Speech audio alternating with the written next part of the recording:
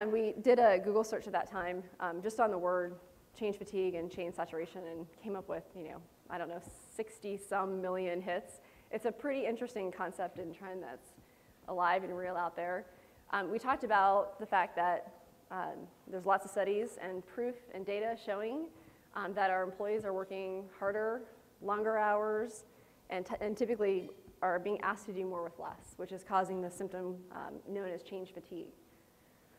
However, we don't expect the changes to come at a different pace, right? We expect the pace to keep up, we expect the volume of change to continue, and we expect the complexity of change to continue. And why do we care? We care because it really has impact to our organizations, really from a bottom line perspective. Shows up first in individual behavior. You likely will see it next with projects that likely are not succeeding in the way that you had hoped. And then, unfortunately, if it's truly symptomatic, you'll start seeing it in employee turnover, higher degrees of absenteeism, low morale. You'll see it on your employee engagement surveys, for those of you who might do those. And that's when you start to really take a hit. We talked a little bit yesterday around who's at that point of saturation. Okay, and most of us fall at kind of that 3 to 4 level in our organizations today. And there's real dollars behind it. Right? There's a lot of money with projects that aren't successful. There's a lot of money with turnover and employees. Even absenteeism has a high cost. However, when we ask what organizations are doing to proactively manage it, the majority are saying nothing. So I'm going to actually give you a tool today that hopefully will be an easy little tool to add to your toolkit to start identifying what changes are going on in your organization, to whom and when. Okay, so here's a process. We'll apply it at step 2.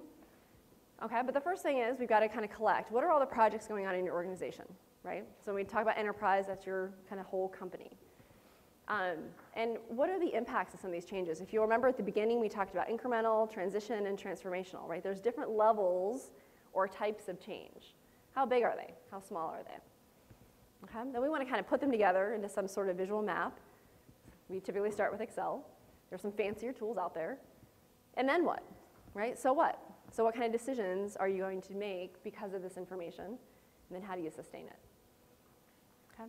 So when we talk about enterprise initiatives, where do you get this information, right? And how do you know that they're going to impact the whole organization? Well, typically, if it's part of your organization's strategic plan, it's probably something pretty important. If it requires some capital funding, or if you have a board and it requires approval. It impacts a large majority of your organization. Maybe a rule of thumb is 50% or more of the employees will be impacted, might be considered kind of one of these big changes. It's going to cost a lot in either time or money, and or both. And there's some that just have a high emotional tax. Boy, I'll tell you what, some of the funnier changes that we've been involved in are just, moving offices can have a huge emotional tax. Changing the structure of your office setting, right? A lot of folks now are going to collaborative office environments, right? Where they're taking walls down, nobody gets offices anymore. In some lean worlds, they're moving to uniform and standardized desks, right? To where it's more of a hoteling and everyone's desk looks the same and you can't have any personal objects at your desk, right? Well, that's actually a really big change. That's a high emotional toll. Right? And then is this kind of a high impact for those employees? Is it immediate impact? Is it a low impact? And here's some